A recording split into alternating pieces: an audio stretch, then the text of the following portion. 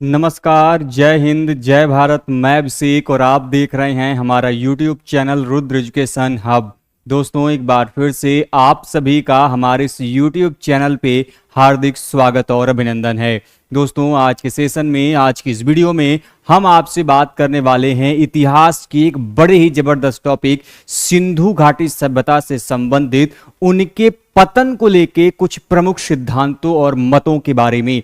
दोस्तों, जैसा कि आप सभी जानते हैं, सिंधु सभ्यता का पतन काफी कंट्रोवर्शियल रहा है, काफी विवादास्पद रहा है। इसको लेके दोस्तों अलग अलग जो आपके साइंटिस्ट कह लें, आपके स्कॉलर्स कह लें या फिर विद्वान कह लें, उन्होंने अपने अलग अलग मत दिए हैं और उसके पीछे अपने अलग अलग कारण बताए हैं। ऐसे में दोस्तों आपके कॉम्पिटिटिव एग्जाम में दोस्तों इस टॉपिक से लगातार क्वेश्चन पूछे जाते हैं कि वो कौन से ऐसे स्कॉलर्स हैं जिन्होंने आर्य आक्रमण का सिद्धांत दिया। किसने कहा कि बाढ़ के कारण जो सिंधु घाटी सभ्यता का विनाश हुआ, वहीं पर कौन ऐसा है जिसने कहा कि आग लग जाने की वजह से हुआ।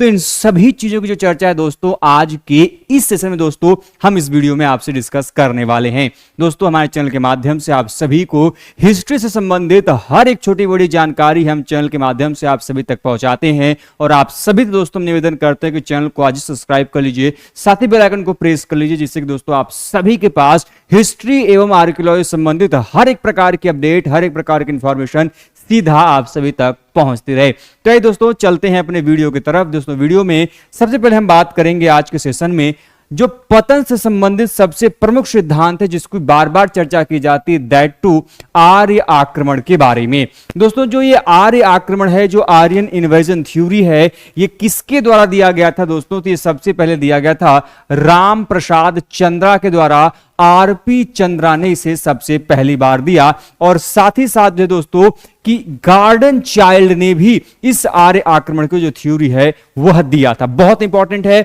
आपके एग्जाम में कई बार आरपी चंद्रा का नाम नहीं दिया जाता है। जो फॉरेन स्कॉलर हैं गॉर्डन चाइल्ड, इनका नाम वहां पे आपको एग्जाम में जरूर मेंशन होता है। अब ध्यान रखिएगा कि ये जो गॉर्डन चाइल्ड है, इन्होंने इसको दिया था, ये वही गॉर्डन चाइल्ड हैं जिन्होंने भारत में जो नवपाषाण काल की हम बात करते हैं, तो इन्होंने नवपाषाण काल को क्रांति कहा था, अर्थात इन्होंने इसको नियोलिथिक रिवॉल्यूशन भी जो नाम है इन्हीं के द्वारा दिया गया था। खैर, हम जब उसके बारे में आएंगे तो डिस्कस करेंगे। तो फिलहाल आरपी चंद्रा और वी गॉर्डन चाइल्ड के द्वारा ही जो है कि आर्य आक्रमण की जो थ्योरी का जो सिद्धांत है वो दिया गया और इस जो सिद्धांत दिए गए उसका समर्थन कौन कौन से विद्वानों ने किया, किसने एक्सेप्ट किया कि नहीं वास्तव में जो आर्य आक्रमण है उसके द्वारा जो सिंधु घाटी सभ्यता जैसी बड़ी सभ्यता जो है उसका क्या हो गया, विनाश हो गया। तो ऐसे में नाम लिया जाता है EJ मैके का,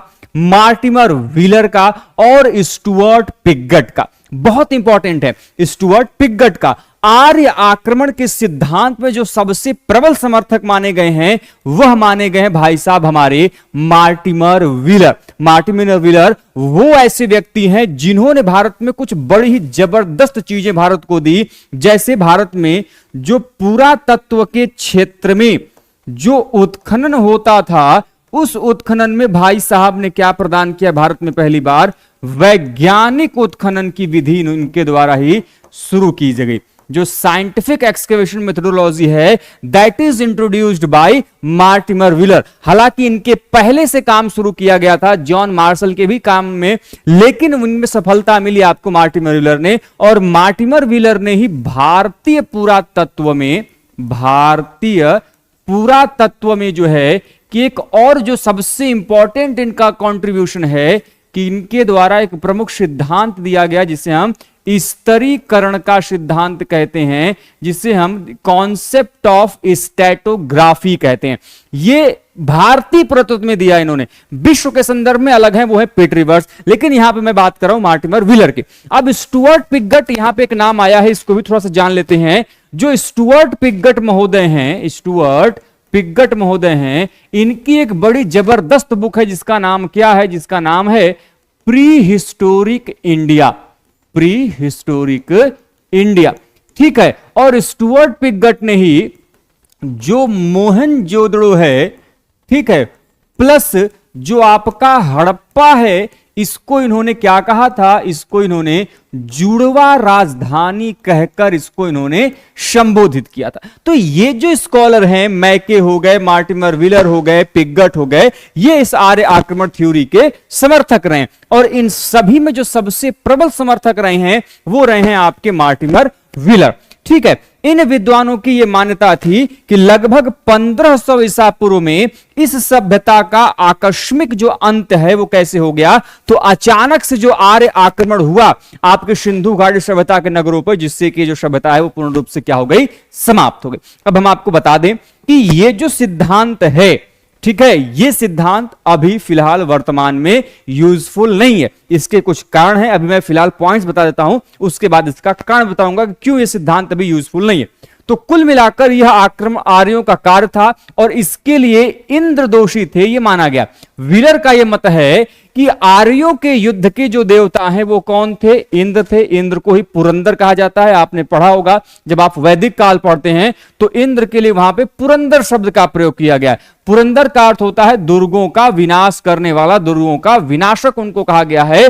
और साथ ही साथ इसीलिए जो पारिस्थितिक साक्ष्य हैं उनके आधार पर उन्होंने इंद्र को अभियुक्त माना, और व्हीलर जो है कि अपने मत के समर्थन में मोहेंजोदड़ो से जो प्राप्त 42 नर कंकाल हैं, जो 42 ह्यूमन स्केलेटन्स जो आपके मोहेंजोदड़ो से प्राप्त होते हैं, उनका भी वो उल्लेख करते हैं और कहते हैं कि एक्चुअली में ये जो 42 नर कंकाल वहां से मिल रहे हैं, ये आर्य आक्रमण के दौरान मरे हुए सैनिक है। ठीक है, इनका कहना था कि ये लोग आर्य आक्रमण के कारण ही मरे। और व्हीलर ने मोहेंजोदड़ो के पतन के विषय में लिखा कि हार्श दीर्घीकृत एवं क्रमिक रहा, लेकिन अंत जो है वो क्या रहा, विध्वंसनात्मक रहा। मतलब कि सिंधु घाटी सभ्यता का जो मोहेंजोदड़ो नगर है वो लंबे समय से धीरे धीरे उसका पतन हो रहा था, और ये आर्य आक्रमण आता है जिसको कि विध्वंस के रूप में उसका अंत हो जाता है।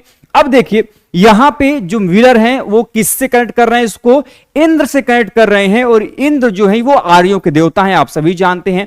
और जो इंद्र हैं उनको जो है कि वेदों में या फिर जो आपके जो ग्रंथ हैं उसमें किस रूप में प्रस्तुत किया गया, उन्हें पुरंदर कहा गया। पुरंदर का अर्थ क्या होता है, दुर्गों का विनाश करने वाला। सिंधु घाटी सभ्यता पूर्ण रूप से दुर्गीकृत रहा है, अर्थात वहां पे बड़े बड़े दुर्गों के महलों का प्रमाण मिलता है। इसी वजह से जो व्हीलर हैं वो इस थ्योरी को और ज्यादा जो है कि स्ट्रांगली वो होल्ड कर पाते हैं।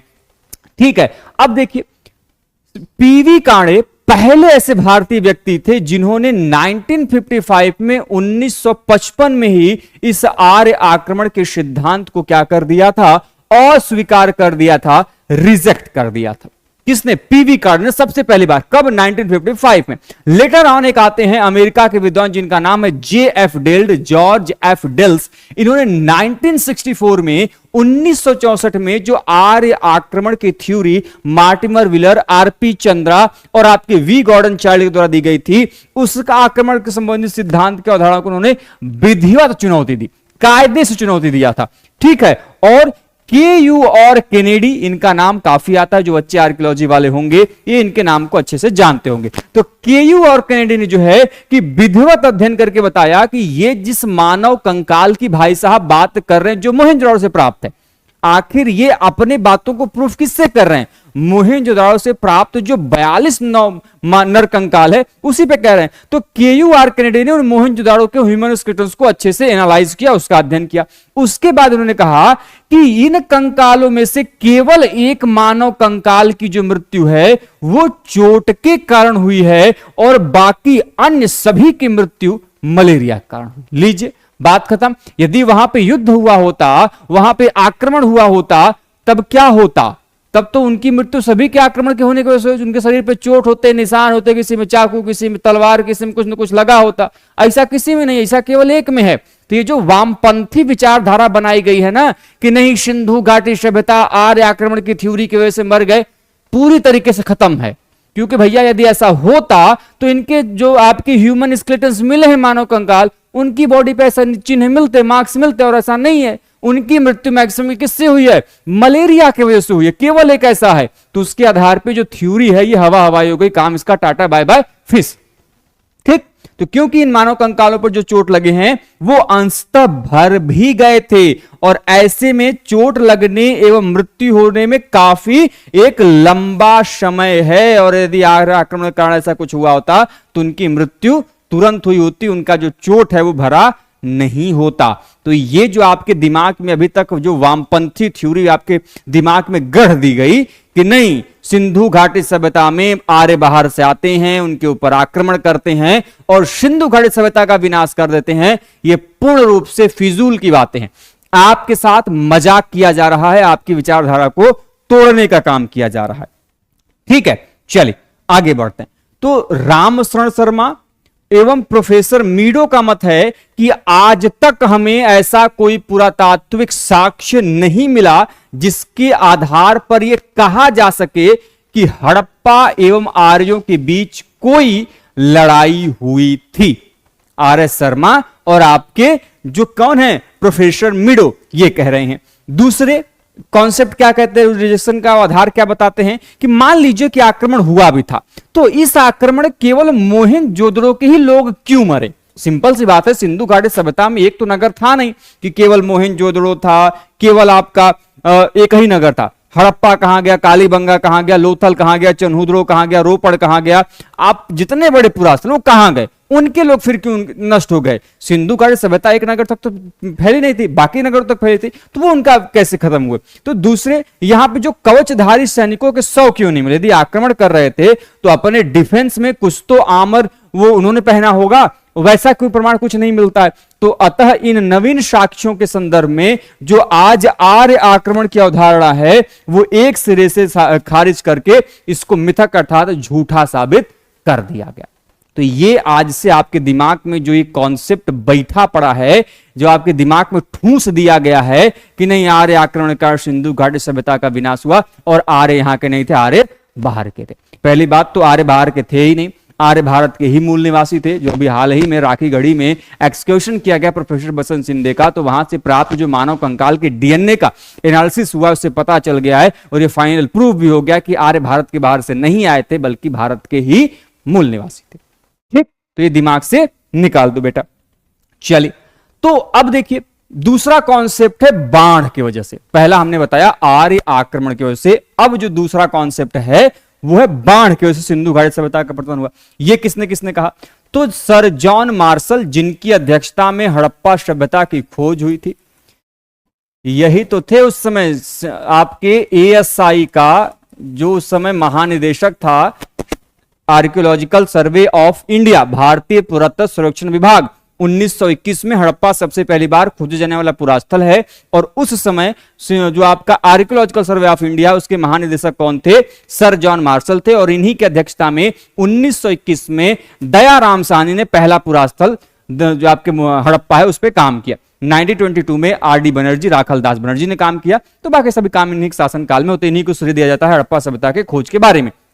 तो मार्शल हो गए, E.H. मैके हो गए और S.R. राव हो गए। ये ऐसे व्यक्ति हैं जिन्होंने कहा कि मोहनजोदाड़ो, चन्हुदड़ो और लोथल से जो बाढ़ के प्रमाण है इन्होंने जुटाए और कहा कि बाढ़ ही जो है जिससे कि सिंधु सभ्यता का जो पतन है वो हुआ था। 3 विद्वानों के नाम बाढ़ के लेकर याद रखना है, सर जॉन मार्शल, E.H. मैके और S.R. राव। अब S.R. राव का यदि यहां पे नाम आया है तो मैं आपको बता दूं, भारत के अंतर्गत जो समुद्री पुरातत्व है, समुद्री पुरातत्व, कई बार समुद्री न कह के इसको क्या कह दिया जाता है, जलीय पुरातत्व कह दिया जाता है। ठीक है, तो जो भारतीय में जो समुद्री या फिर जलीय पुरातत्व है, इसके जनक के रूप में किसे जानते हैं, who is the father of Indian marine archaeology, that is आपके कौन है, ये भाई साहब S.R. राव है। इन्होंने ही जो है कि द्वारिका, जिसमें कि आपने देखा होगा मोदी जी पहन के गए थे नीचे, कृष्ण की जो नगरी है भगवान श्री कृष्ण की, उस पर उन्होंने क्या किया था, उसका दर्शन किया था। तो वो जो द्वारिका का क्षेत्र है ये इन्हीं के द्वारा खोजा गया, उस पर ही इन्होंने काम किया है क्योंकि वो जमीन के अंदर, आपके पानी के अंदर है। और जो लोथल है उस पर भी काम जो है इन्हीं भाई साहब का है। तो भारत में इंडियन मरीन आर्कियोलॉजी जो है, जो जलीय पुरातत्व है, जल के अंतर्गत जो चीजें हैं उस पर इनका काम सबसे आगे माना जाता है। ठीक है, इसके अलावा सर जॉन मार्शल ने यह भी कहा कि मोहनजोदाड़ो बाढ़ के कारण 7 बार उजड़ा था और उनको खुदाई के दौरान जो है मोहनजोदाड़ो के 7 स्तरों से इसके बारे में जानकारी मिली। तो ये क्वेश्चन डेडिकेटेड आता है आपके एग्जाम में। निम्नलिखित में से कौन सा ऐसा सिंधु घाटी सभ्यता का पुरास्थल है जो कि बाढ़ की वजह से 7 बार उजड़ा था? आपके एग्जाम में क्वेश्चन आएगा। तो इसका आंसर होगा मोहनजोदाड़ो। किसने कहा इसके बारे में? मार्शल ने कहा, और उनको जो है कि उत्खनन के दौरान इसके बारे में जानकारी उनके 7 स्तरों से देखने को मिला था। ठीक, अब देखिए, हालांकि सिंधु सभ्यता के पतन में बाढ़ एक प्रभावकारी कारक था। अब यदि यह कहा जाए कि केवल और केवल किसी एक कारण की वजह से पूरी सभ्यता समाप्त हो जाती है, खत्म हो जाती है, तो पहली बात तो कोई ऐसा एक सिंगल कॉज है ही नहीं जिसकी वजह से सिंधु घाटी सभ्यता डिक्लाइन कर गई, समाप्त हो गई, एंड हो गया। यहां पे मल्टीपल कॉज रहे हैं, एक से अधिक कारण रहे जिससे कि सिंधु घाटी सभ्यता का विनाश हुआ। उनमें से एक कारण रहा है आपका बाढ़, और एक प्रभावकारी इफेक्टिव रीजन रहा है, कॉज रहा है जिसकी वजह से सिंधु घाटी सभ्यता का विनाश हुआ। लेकिन हम इसे एकमात्र कारण नहीं मान सकते, और दूसरे यह मत कुछ बातों को स्पष्ट भी नहीं कर पाता। जैसे में क्या? जैसे में कि हम उन नगरों की पतन की व्याख्या कैसे करेंगे जो नदियों किनारे पर स्थित थे ही नहीं। मान सिंधु घाटी सभ्यता के ऐसे नगर जो कि नदियों किनारे स्थित नहीं थे, तो वहां पे बाढ़ का सवाल उठता ही नहीं, और जब वहां पे बाढ़ नहीं आया तो फिर उनका कैसे विनाश हुआ, ये क्वेश्चन। दूसरा कि आखिर जब मोहनजोदाड़ो 7 बार बाढ़ के कारण उजड़ा, तो पहली बार उजड़ा आके लोग बसे, दूसरी बार उजड़ा फिर आके लोग बस गए, तीसरी बार उजड़ा फिर आके बस गए। तो जब 7 बार उजड़ा और 7 बार लोग आके बसे, तो जब 7वीं अंतिम बार जब उजड़ा तो 7वीं बार लोग आके बसे क्यों नहीं? What is the reason behind? ये क्या कारण था? ठीक है, ये सभी आपके विचारणीय प्रश्न है। तो जब 7 बार उजड़ गया तो फिर लोग यहां पर क्यों नहीं है, इसका क्या कारण था? तो जबकि इसके पहले उन्होंने जो आपके बाण है उससे काफी बहादुरी से उसका सामना किया था, तो इसके कहते हैं कि ये जो आपका बाण है ये मेन ऑफ द रीजन नहीं हो सकता कि जिसके वजह से सिंधु घाटी सभ्यता का पूरा विनाश हो जाए। अब अलग अलग है, यहां पे विद्वानों के नाम दिए गए हैं और यहां पे उनसे संबंधित मतों के नाम दिए गए हैं, जिनको कि आपको यहां पे देखना है और उसके बारे में जानकारी प्राप्त करनी है। देखिए, प्रोफेसर केनेडी, नाम याद रखिएगा। प्रोफेसर केनेडी क्या कहते हैं कि सिंधु घाटी सभ्यता का जो पतन है वो मलेरिया जैसी किसी महामारी के कारण हुआ होगा। क्वेश्चन आता है आपकी एग्जाम में, क्रॉस मैचिंग लिए क्वेश्चन आएगा। एक तरफ आपको सिंधु घाटी सभ्यता के पतन के कारण दे देगा और एक तरफ उनके विद्वानों के नाम दे देगा, उनको आपको क्रॉस मैचिंग कराना है। ऐसे में आपको ध्यान रखना है बेटे कि जो प्रोफेसर केनेडी है वो किसको कारण मान रहे हैं? मलेरिया जैसे रोग को। और मैंने अभी बताया कि मोहनजोदाड़ो से मलेरिया का जो प्रमाण है वो हमें प्राप्त हुआ, वो भी कहां सा? जो 42 मानव कंकाल मिले थे वहीं पे तो प्राप्त हुआ था। ठीक है, इसके अलावा कालीबंगा से हमें जो है कि लकवाग्रस्त बालक की लाश का भी प्रमाण मिला था, जो कि किसी महामारी के कारण ही मरा था। तो इसकी वजह से जो प्रोफेसर केनेडी हैं उनका यह मानना है कि सिंधु घाटी सभ्यता महामारी के कारण जो है कि उसका विनाश हुआ था, और वो महामारी में malaria one of the reason उसको वो बताते हैं। इसके अलावा टी.एच. लैम्ब्रिक, एम.एस. वत्स, जिसको हम लोग माधव स्वरूप वत्स कहते हैं, और G F. Dales, George F. Dales, ये 3 विद्वान हैं। तो टी.एच. लैम्ब्रिक, माधव स्वरूप वत्स और जॉर्ज एफ. डेल्स क्या कहते हैं कि जो नदियों के मार्ग में परिवर्तन हुआ, बेटा इतना ध्यान रखना, नदियों के मार्ग में परिवर्तन होने की वजह से जो सिंधु घाटी सभ्यता है उसका क्या हो गया? खत्म हो गया। कौन कौन सी नदियां? रावी और सरस्वती नदी को ये डिनोट करते हैं, क्योंकि सिंधु घाटी सभ्यता के जो मुख्यतः पुरास्थल हैं वो किस नदी के तट पर स्थित हैं? सरस्वती। अब कुछ बच्चे हमसे लड़ जाएंगे, सर वो तो सिंधु नदी के किनारे पर, आप कह रहे हैं सरस्वती नदी के किनारे पर है। थोड़ा सा बेटे अपडेट हो जाओ। अपडेट ये हो जाओ कि जब सिंधु घाटी सभ्यता 1921 में बेटा खोजी गई, तब बिल्कुल सही बात है कि सिंधु घाटी सभ्यता नाम ही पड़ा, क्योंकि उसके मुख्यतः पुरास्थल किस नदी के किनारे पर थे? सिंधु नदी के किनारे पर थे। लेकिन खेला तब हो गया, बात तब पलट गई जब हमारा देश 1947 में आजाद हुआ। देश को खामियाजा यह भुगतना पड़ा कि जो हमारा अखंड भारत था वो 2 भागों में बढ़ गया, एक पाकिस्तान और एक भारत हो गया। तो सिंधु घाटी सभ्यता के जो मुख्य पुरास्थल थे, अधिकांश जो पुरास्थल थे वो कहां चले गए? मोहनजोदाड़ो, हड़प्पा जैसे बड़े बड़े जो पुरास्थल कहां चले गए? पाकिस्तान में चले गए। अब बात यह हुई कि भैया जब पाकिस्तान में सभ्यता चली जाएगी तो हमारे पास भी तो कुछ होना चाहिए। तो भारत ने एक नए सिरे से काम किया सिंधु घाटी सभ्यता के पुरास्थलों को खोजने का। तो एक बड़ी जबरदस्त जानकारी हाथ में लगी कि जो अभी तक हम बार बार कह रहे थे कि नहीं सबसे अधिक जो इसके पुरास्थल हैं वो सिंधु नदी के तट पे मिल रहे हैं, पता चला कि सिंधु नदी से अधिक संख्या में जो पुरास्थल हैं वो किस नदी के तट पे मिल रहे हैं? सरस्वती नदी के तट पे मिल रहे। इसको आप लोग पहले घग्गर के नाम से जानते थे। यही कारण है कि वर्तमान समय में जो सिंधु सभ्यता, इसका पूरा नाम क्या है? सिंधु सरस्वती सभ्यता के नाम से जान। उम्मीद करते हैं ये पॉइंट आपको क्लियर हो गया होगा। यही वजह है कि जो आपके टीएच लैम्ब्रिक है, माधव स्वरूप वत्स हैं, जॉर्ज एफ डेल्स हैं, ये रावी और सरस्वती नदियों में जो आपके मार्ग में जो परिवर्तन हुआ, मार्ग में परिवर्तन मतलब कि मान लीजिए कि ये वर्तमान में नदी का क्षेत्र है। अब आपके इसके किनारे किनारे आपके लोग निवास कर रहे हैं, क्योंकि उस समय वाटर सोर्सेज के लिए नेचुरल सोर्सेज के पास ही रहते थे। मतलब कि हमारी आपकी तरह हैंडपंप, ये बाकी जो चीजें समरसेबल वगैरह थी नहीं कि आपने नल खोला आपको पानी मिल गया। उनके लिए उनको जो नेचुरल सोर्स होता था वाटर का, जल का जो प्राकृतिक स्रोत होता था, झीलों के किनारे, नदियों के किनारे, तालाबों के किनारे वो निवास करते थे। तो ये जो नदियां हैं उसके किनारे इन्होंने निवास करना शुरू किया। लेकिन जब ये इन्होंने उस समय तत्कालीन समय में जो नदी का प्रवाह क्षेत्र था उसके किनारे इन्होंने जब जगह बनाया, लेकिन जब ये मान लीजिए नदी अपना मार्ग बदल दे तो ये जो स्थान है वो जल के सोर्स के न होने की वजह से वो क्या हो जाएगा? वीरान हो जाएगा। यही बात ये बताने का प्रयास करते हैं कि नदियों के मार्ग में परिवर्तन हो गया, इसके वजह से ही जो है कि वहां पे जो लोग है उसका क्या हो गया? पतन हो गया। तीसरा, ऑरेल स्टाइन और अमलानंद घोष, जिससे हम लोग ए घोष के नाम से जान, ये किसको कारण मानते हैं? ये मानते हैं क्लाइमेटिक चेंज को, जलवायु परिवर्तन को ये कारण मानते हैं। और ये मत सबसे पहली बार ऑरेल इंस्टाइन के द्वारा दिया गया था। केनेडी मानते हैं महामारी मलेरिया को। टीएच लैम्ब्रिक, एमएस वत्स और जेएफ डेल्स मानते हैं आपके नदियों के मार्ग में परिवर्तन को। आपके ओरल इंस्टाइन और अमलानंद घोष जलवायु परिवर्तन, क्लाइमेटिक चेंज को मानते हैं। वहीं पे एम आर शाहनी, ठीक है, और हाइड्रोजिस्ट राइक्स, ठीक है, एच आर राइक्स बोलते हैं इनको। तो ये जो है आपके एच एल राइक्स कह लें, एच एल राइक्स और आपके एम आर शाहनी, इन्होंने क्या कहा कि भूतात्विक परिवर्तन के वजह से या फिर भारी जल प्लावन की वजह से जो है कि यह जो आपकी सिंधु घाटी सभ्यता है वो क्या हो गया? इसका विनाश हो गया। वो जॉर्ज एफ डेल्स कहते हैं, जी एफ डेल्स, कि विवर्तनीय गतिविधियों के वजह से, टेक्टोनिक मूवमेंट के वजह से जो है कि इसका जो मुख्य केंद्र शेहवान था, इसी की वजह से जो है कि सिंधु घाटी सभ्यता का विनाश हुआ। और सर्वप्रथम भारी जल प्लावन की वजह से, सुनामी की वजह से जो है कि इसका जो सिद्धांत है किसके द्वारा दिया गया था?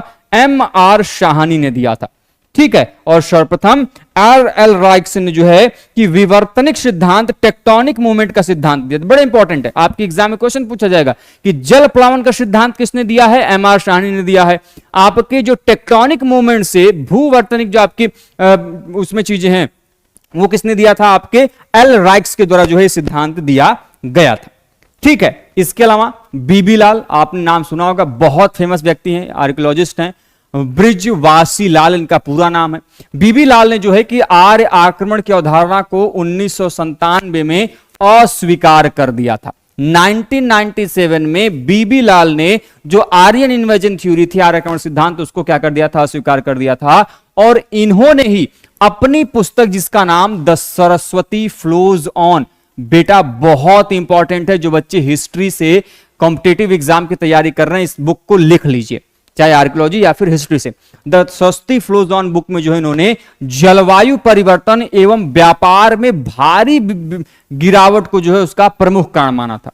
अब देखिए, सिंधु घाटी सभ्यता, जैसा कि आप सभी जानते हैं, इंडस वैली सिविलाइजेशन का जितने अपने बाहरी देश हैं, बहरीन द्वीप आपका है, ओमान का क्षेत्र है, ठीक है, गल्फ का एरिया है, बाकी जितने उनके समकालीन सभ्यताएं रही हैं उनके अलग अलग क्षेत्रों से वो अपना व्यापार करते थे। इनका अंतरदेशीय व्यापार होता था, इंटर ट्रेड होता था और इंट्रा ट्रेड होता था, बाहरी देशों के साथ भी व्यापार होता था। और इनकी पूरी अर्थव्यवस्था इस व्यापार पर भी निर्भर होती थी।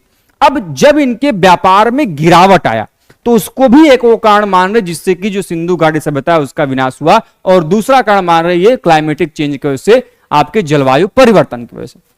अगला एम दिमित्रियव, जो कि एक रशियन आपके साइंटिस्ट हैं, इनका क्या मानना है कि अदृश्य गाज एवं भौतिक रासायनिक विस्फोट के कारण जो है इसका क्या हुआ, इसका जो है कि वहां पे केमिकल एक रिएक्शन हुआ, विस्फोट हुआ, जिसकी वजह से जो है कि सिंधु घाटी सभ्यता का पतन हुआ। इन्होंने बताया कि महाभारत में ऐसे विस्फोट का उल्लेख है जो कि मोहेंजोदड़ो के समीप हुआ था। ये भाई साहब रशियन साइंटिस्ट हैं और यहां पे वो किसके बारे में बात कर रहे हैं कि एक फिजिकल अर्थात जो आपका भौतिक रासायनिक विस्फोट है वो हो रहा है, जिसके वजह से सिंधु घाटी सभ्यता का विनाश हुआ। और इसका रेफरेंस वो क्या दे रहे हैं कि महाभारत, जो कि भारत का सबसे बड़ा महाकाव्य विश्व का, उसका वो लेकर बता रहे हैं कि मोहेंजोदाड़ो के समीप वहां पे विस्फोट का उल्लेख मिलता है और उसी विस्फोट को यहां पर रेफरेंस करते बता रहे हैं, जिसकी वजह से उसका विनाश हुआ।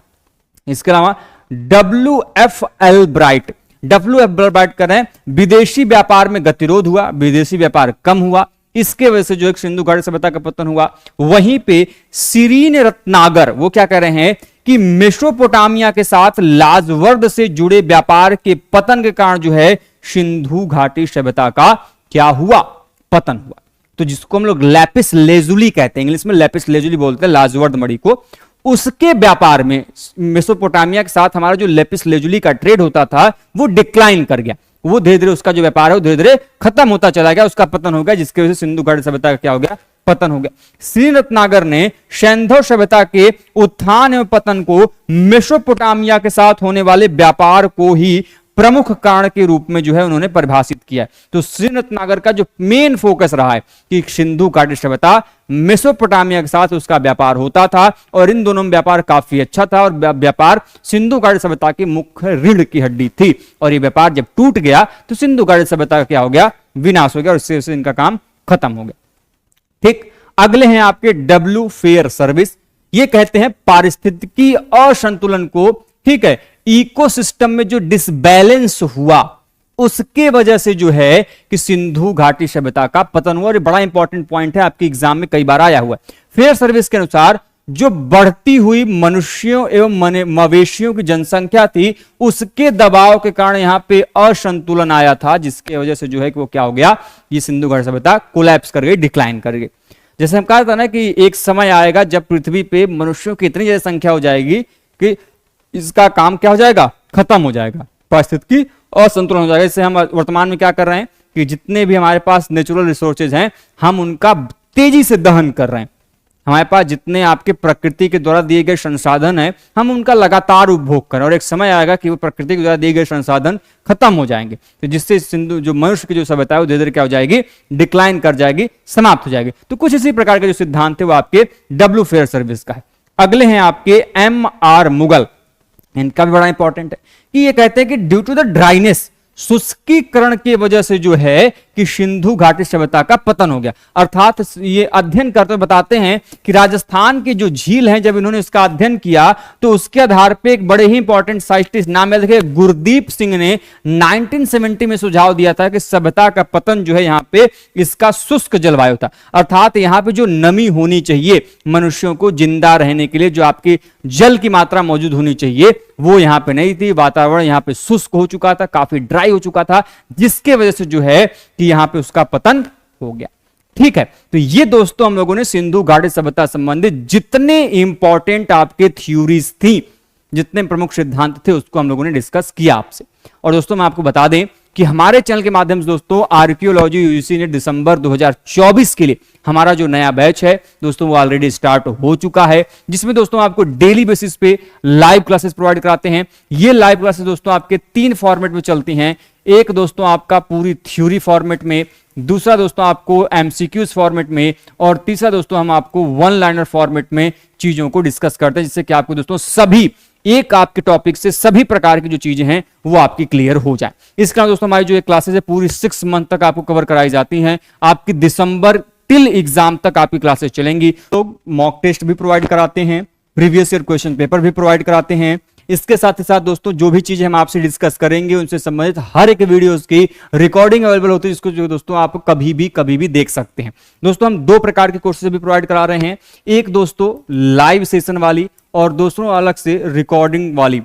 और दोस्तों ये जो रिकॉर्डिंग की है ये पूरी की पूरी कंप्लीट हिंदी में। कोई ऐसा स्टूडेंट जो कि इंग्लिश में नहीं समझ पाता है, बाइलिंगुअल में उसको दिक्कत है, केवल उसको हिंदी में कंप्लीट चाहिए, तो हमारे पास रिकॉर्डिंग में अवेलेबल है और ये बहुत ही कम फीस में आपको अवेलेबल हो जाएगी, जिसको कि दोस्तों आप हमारे जो ऑफिशियल ऐप है रुद्र एजुकेशन हब के नाम से आप उसको डाउनलोड कीजिए प्ले स्टोर से और हमारे mock test series, previous year questions paper, हमारे बैचेस, इसके अलावा दोस्तों नोट्स वगैरह सब कुछ दोस्तों हमारे इस ऐप से आप प्राप्त कर सकते हैं। या फिर दोस्तों यदि आप इसके बारे में जानना चाहते हैं तो हमारे दोस्तों चैनल का दिया गया नंबर है 9936344448। इस पे दोस्तों आप कॉल या मैसेज करके जानकारी प्राप्त कर सकते हैं। तो फिलहाल दोस्तों आज के लिए बस इतना ही। आप सभी ने इतने समय तक हमें सुना, आप सभी का बहुत बहुत धन्यवाद। ये दोस्तों वीडियो पसंद आए तो वीडियो को लाइक कीजिए, चैनल पर नए दोस्तों चैनल को सब्सक्राइब कीजिए, साथ ही दोस्तों वीडियो को अपने अन्य सभी दोस्तों के साथ शेयर कीजिए। मिलते दोस्तों नेक्स्ट सेशन में कुछ अन्य बेहतरीन इंफॉर्मेशन के साथ। तब तक के लिए आप स्वस्थ रहें,